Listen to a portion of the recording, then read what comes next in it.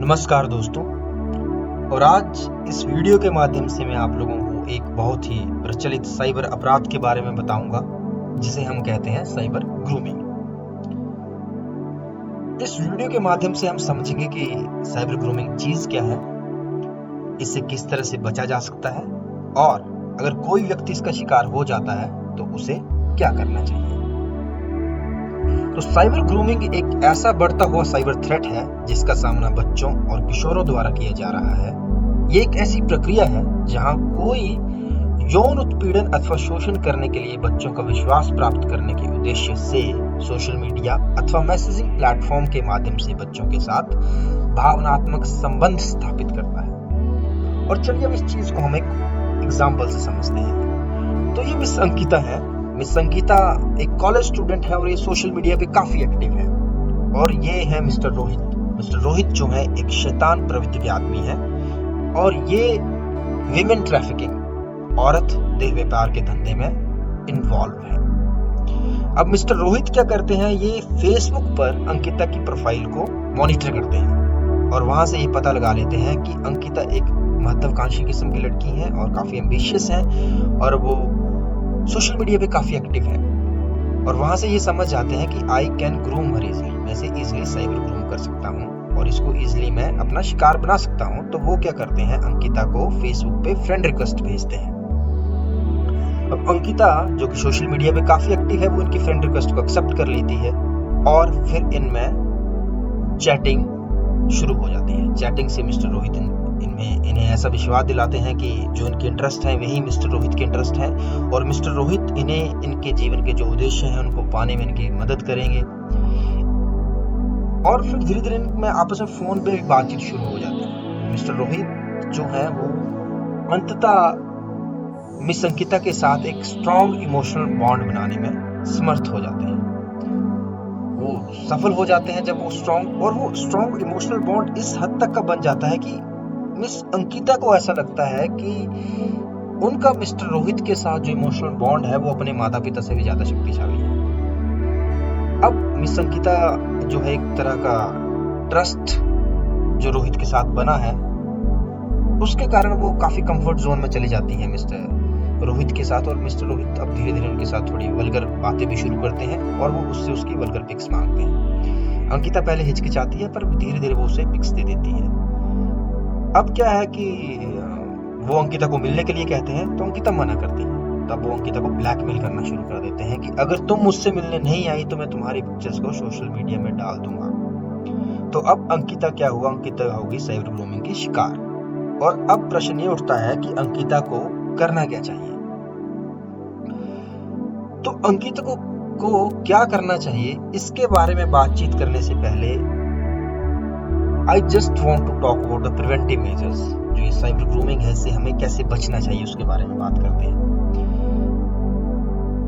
So the first thing which is important, जो सबसे पहली चीज है जो कि साइबर ग्रूमिंग से लड़ने में हमारी मदद करेगी और हमारा इससे बचाव करेगी, वो ये है कि आपको सोशल मीडिया पर कभी भी कोई अननोन व्यक्ति, किसी अपरिचित व्यक्ति की फ्रेंड रिक्वेस्ट को एक्सेप्ट नहीं करना है। Point number 2, never share your personal information. आप कभी भी अपनी व्यक्तिगत जानकारी को सोशल मीडिया पे शेयर नहीं करेंगे। आप कभी नहीं बताएंगे कि आप किस स्कूल में पढ़ते हैं, आप कभी नहीं बताएंगे कि आप किस कॉलेज में पढ़ते हैं, आप अपना फोन नंबर कभी भी सोशल मीडिया साइट पे नहीं डालेंगे, ईमेल आईडी अपनी सोशल मीडिया साइट पे नहीं डालेंगे। क्योंकि ये जो चीजें हैं, इससे ये जो है साइबर ग्रूमर, जो व्यक्ति आपको साइबर ग्रूम करना चाहता है, उसके हथियार हैं आपका फोन नंबर, आपकी ईमेल आईडी, आपका स्कूल का address.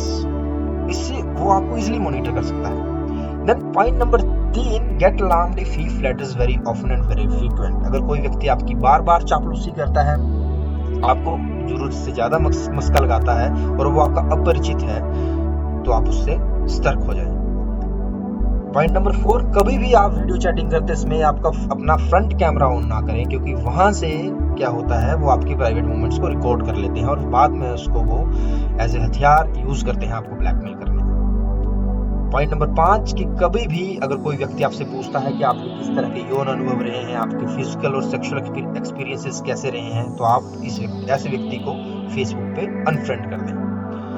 Point number 6, never talk to people who shares vulgar content. उस तरह के लोगों के साथ बिल्कुल भी बात ना करें जो वल्गर कंटेंट शेयर कर रहे हो आपके साथ। पॉइंट नंबर 7, अगर इस तरह के लोग आपके साथ दोस्त बन भी गए हैं तो कभी भी आप उनसे मिलने अकेले ना जाएं। अगर आप उनसे मिलना भी चाहते हैं और आपको लगता है कि ये अच्छे लोग हैं तो अपने साथ किसी को लेके जाएं, क्योंकि अगर आप अकेले जाते हैं तो आपके किडनैपिंग के चांसेस काफी बढ़ जाते हैं। Then point number 8 and the last point is this, that never download any unknown app from unknown sources। कभी भी कोई unknown ऐप को unknown sources से डाउनलोड ना कीजिए। जैसे कई बार हमारे पास वीडियो चैटिंग ऐप्स होती हैं या कोई ऐसी ऐप्स हैं जिनकी जो which are not safe, जो कि प्ले स्टोर से नहीं है और आप किसी अननोन सोर्सेस को डाउनलोड कर रहे हैं। तो ऐसा होता है क्या है कि ये ऐप्स जब आप इंस्टॉल करते हैं अपने मोबाइल में तो ये परमिशन मांगती हैं। जैसे कई बार आपके कैमरा की परमिशन मांगती हैं और आप बिना पढ़े उसको परमिशन दे देते हैं। तो ये ऐप्स क्या होती हैं, फिर बाद में आपका कैमरा जो है आपको बिना पूछे ही ऑन कर देती है कई बार। और ऐसे केसेस हमारे पास रिपोर्ट हो चुके हैं। वहां पर एक लड़की कह रही थी कि कोई व्यक्ति उन्हें वॉच करता है और उनके वीडियोस उनको भेजता है। तो हमने उसके पूरे घर को चेक किया और वहां पे पता लगा कि यहाँ पर तो कहीं कैमरा था नहीं। पर बाद में जब हमने पूरी तहकीकात की तब ये पता लगा कि उसने एक ऐसा ऐप डाउनलोड किया था जिससे हैकर उसके कैमरा को जब उसने इंटरनेट कनेक्शन ऑन करना, हैकर उसका कैमरा भी, फ्रंट कैमरा भी ऑन कर देता था और जैसे ही उसका फ्रंट कैमरा ऑन होता था उसके सारे प्राइवेट मोमेंट्स को कैप्चर कर लेता था। तो इसलिए कभी भी आप किसी अननोन सोर्स से कोई ऐप डाउनलोड नहीं करेंगे। तो चलिए, ये तो हो गए प्रिवेंटिव मेजर्स। अब बात करते हैं क्यूरेटिव मेजर्स के बारे में। अगर कोई व्यक्ति इसका शिकार या कोई बच्चा इसका शिकार हो जाता है, अक्सर युवा लोग और किशोर और बच्चे ही इसका शिकार होते हैं साइबर बुलिंग का। अगर कोई व्यक्ति इसका शिकार हो जाता है तो उसे क्या करना चाहिए? पहली बात तो ये कि अगर कोई बच्चा इसका शिकार होता है तो उसे ये सबसे पहले ये चीज अपने माँ बाप को बतानी चाहिए और माँ बाप को ये सिचुएशन बहुत ही सुलझे तरीके से डील करनी है। उन्हें बच्चे को डांटना और फटकारना नहीं है, उन्हें बच्चे को भरोसा दिलाना है कि बेटा कुछ नहीं होगा, हम इसके साथ डील करेंगे। उसके बाद जो दूसरा पॉइंट है वो ये है कि जो मैसेजेस ग्रूमर ने उस व्यक्ति ने उस बच्चे को भेजे हैं वो मैसेज आपने सेव करके रखने हैं, क्योंकि ये मैसेजेस जब कोर्ट में केस चलेगा, पुलिस इन्वेस्टिगेशन करेगी तो ये मैसेजेस जो हैं वो बहुत ही इंपॉर्टेंट पीस ऑफ एविडेंस है। तो इसलिए उन मैसेजेस को आप डिलीट ना करें, सेव करके रखें। And then point number 3 is, ये सब करने के बाद आप क्या करेंगे? आप मैटर पुलिस को रिपोर्ट करेंगे।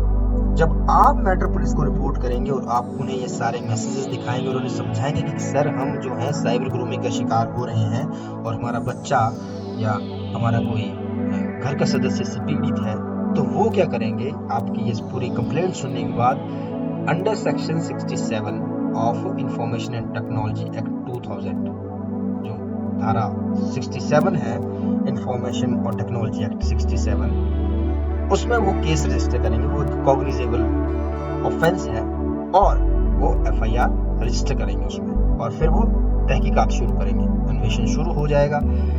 तफ्तीश के दौरान वो अलग अलग एविडेंसेस कलेक्ट करेंगे इसमें, जैसे मैंने आपको कहा कि आप सेव करके रखेंगे जो ग्रूमर ने आपको मैसेजेस भेजे हैं। और जब ग्राउंड ऑफ अरेस्ट बनेंगे तो ये क्या करेंगे? उस ग्रूमर को पता करके कि ये किसके IP एड्रेस से मैसेज आए थे उसे अरेस्ट करेंगे और उसके बाद चार्जशीट कोर्ट में पेश करेंगे। अब जब चार्जशीट कोर्ट में पेश हो जाएगी और सफिशिएंट एविडेंस होगा और जब ये चार्जेस प्रूव हो जाएंगे तो जो हमारा ग्रूमर था, जो व्यक्ति ऐसे मैसेजेस भेज रहा था और आपके बच्चे को परेशान कर रहा था, उसको ब्लैकमेल कर रहा था, उसे इस ऑफेंस के लिए सजा मिलेगी 3 साल और साथ साथ है 5 लाख का फाइन भी। और हाँ, ये सजा जो है, ये अगर ये व्यक्ति जो है ऐसा सिद्ध हो जाता है कि बाकी लोगों के साथ भी ऐसा ऑफेंस इसने किया है इन्वेस्टिगेशन के दौरान, कि इसने काफी लोगों को ऐसे शिकार बनाया है अपना, क्योंकि ग्रूमर जो होते हैं ये ऐसा नहीं है कि एक ही व्यक्ति को टारगेट करते हैं। अब जैसे मैंने यहाँ बताया, रोहित जो था ये वुमेन ट्रैफिकिंग में इन्वॉल्व था, तो उसको क्या था कि लड़कियों को ऐसे बहलाना फुसलाना और फिर उन्हें ट्रैफिक कर देना,